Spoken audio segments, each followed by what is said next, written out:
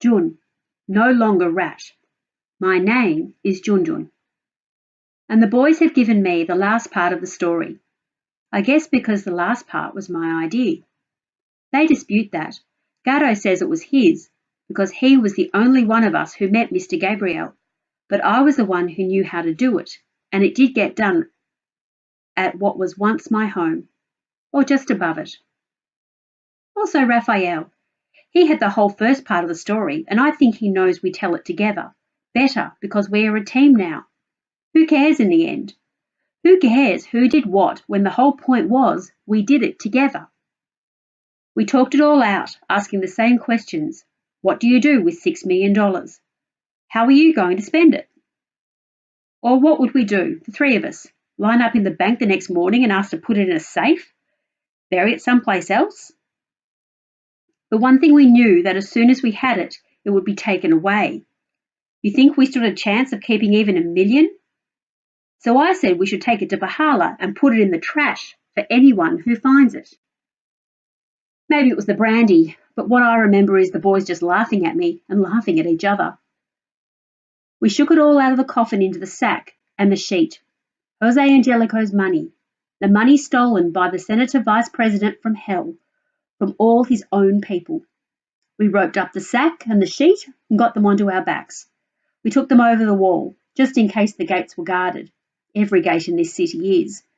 We stopped off for Pia, of course, and she was so sleepy I had to carry her on my back. So Gardo took one sack, Raphael the other, and off we went into the wind, which was getting strong now, racing along the streets and making a noise, rolling trash ahead of it. Who did we meet? Who else could we meet but a little gang of baby trash boys doing the night shift, scavenging about with a cart? Gardo showed them a note and it was like a charm. Half a minute and our bags were in the cart, and Pia was on the crossbar, and we were pedalling through the streets, all of us clinging on and singing out. Who's going to stop a crowd of filthy trash kids falling in the night? We passed a police car sitting by a junction, and we even waved. It was the early hours of the morning, and the wind was behind us all the way, and we sailed past statues and all the quiet office blocks until we found the road that goes up to the dump site. We put Pia on the saddle, and the rest of us got off and pushed, running as fast as we could, so she was laughing too. No police cars, nothing, but we still took no chances, saying goodbye to the cycle boys finally, and creeping in sideways up the canal. My first thing was the school, the mission school. So I took a great handful of notes, put them down my shirt, and I did just what Gardo had told me we'd do. I skinned up the corner and was in through the bars. It seemed my good old friend Father Juilliard, he still hadn't fixed them, sir, and I could still get through. Maybe you were hoping I'd be back. I'm joking. I put the money on his desk and grabbed a pen. I put my name again, big and black, and next to that all I could think of was flowers, so that's why I drew you a bunch, fast as I could, bursting up and open.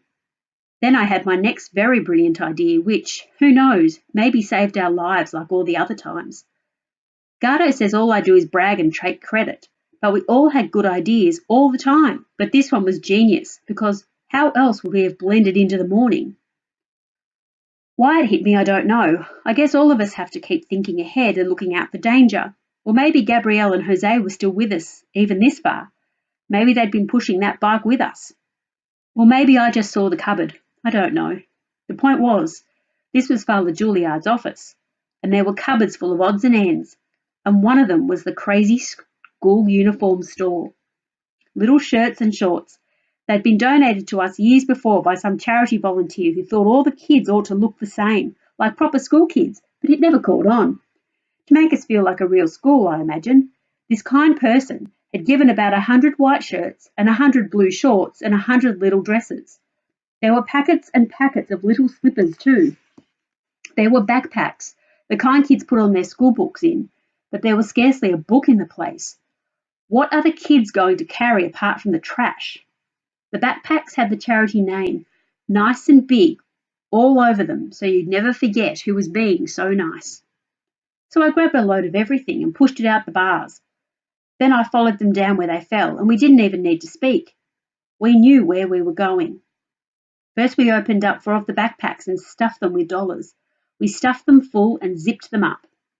Then we turned back to what was left, which was most of it, and we took off every paper band, the band that kept hundreds bundled into 10,000s. They were blowing around already, so we got them in the sheet and the sack and bundled them up again. I tell you, the dump site was alive now because of the wind. Dust and grit were blowing about, and little bits of trash were whirling. The plastic roofs were flapping too, and a bit of metal sheet was banging. There was a very little bit of light in the sky, way over by the dock cranes, but no one was about just yet. Well, nobody saw us.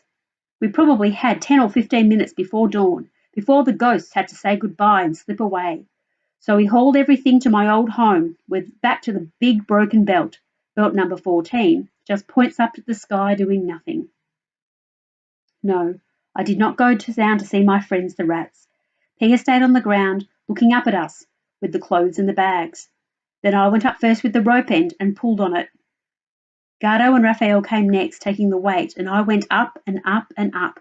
The wind was just getting stronger and my shirt was flapping. I felt like I was up on a ship because the whole belt frame was moving. We got the first bundle right up to the top, and I could see the way over Bahala, way over the city, out to the sea.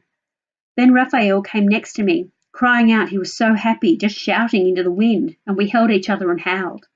We took handfuls of the money then and threw them up into the sky. The notes spilled out and whirled, and it was a storm of money. Typhoon Therese, I later heard, racing in from South China, and the next day the rains would burst. Right now the wind got under all the cash we could throw and pushed it up and out and spun it across the land. Soon my arm was aching. Raphael stopped shouting and just clung there exhausted. We did the next bundle more slowly, and as it got lighter, Gardo came up too, right up to the top of the belt, and he had strong arms, and he helped us throw the rest. When Gardo came, the wind rose even more, and we were clinging to that crane. It was a hurricane of money. We must have thrown $5.5 million out over the dump site, and that wild wind took it all over the whole of our big, beautiful, terrible town. At the bottom of it all, what did we find? We found another letter, slipped in with the cash. It was from Jose Angelico, so Gardo stuffed it down his shirt. We dropped the sheet. We slowly climbed down, and we were dizzy. Pia was waiting for us by the rucksacks. She'd unwrapped the clothes and put plastic pockets into a pile and was sitting on them. We changed. We washed our faces by the school tap. Then we made our way out of Bahala. I wanted to watch. I wanted to hang back and see what happened when the first trash boy of the morning looked up. Not a shtup, but $100 bill. Gardo was firm though, and I'd come to see that you didn't cross Gardo, not to his face. Raphael had goodbyes to say, and I could see him lingering. Then again, so did Gardo. In the end, I think they knew it was easier to go without goodbyes. There was no choice, and I saw Gardo put his arm around Raph and lead him on. He said we had a train to catch, so we went off and caught it.